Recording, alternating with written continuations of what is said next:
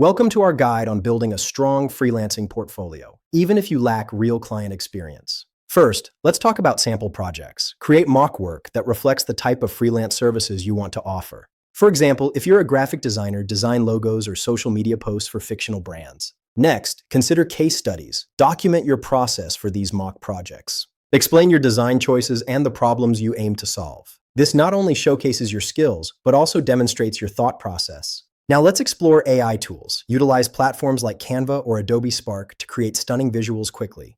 These tools can help you produce high-quality work that stands out. When it comes to showcasing your skills, focus on your strengths. If you're a writer, create blog posts or articles on topics you're passionate about. For developers, build simple websites or apps. Next, let's discuss portfolio platforms. Websites like Behance, Dribbble, and GitHub are excellent for displaying your work.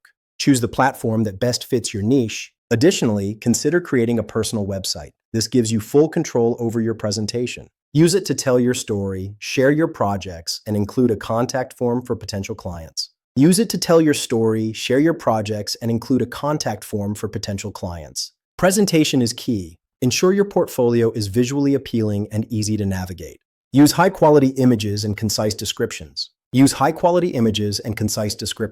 Incorporate checklists to guide viewers through your work. Before and after examples can also be powerful. Show how your skills can transform a project.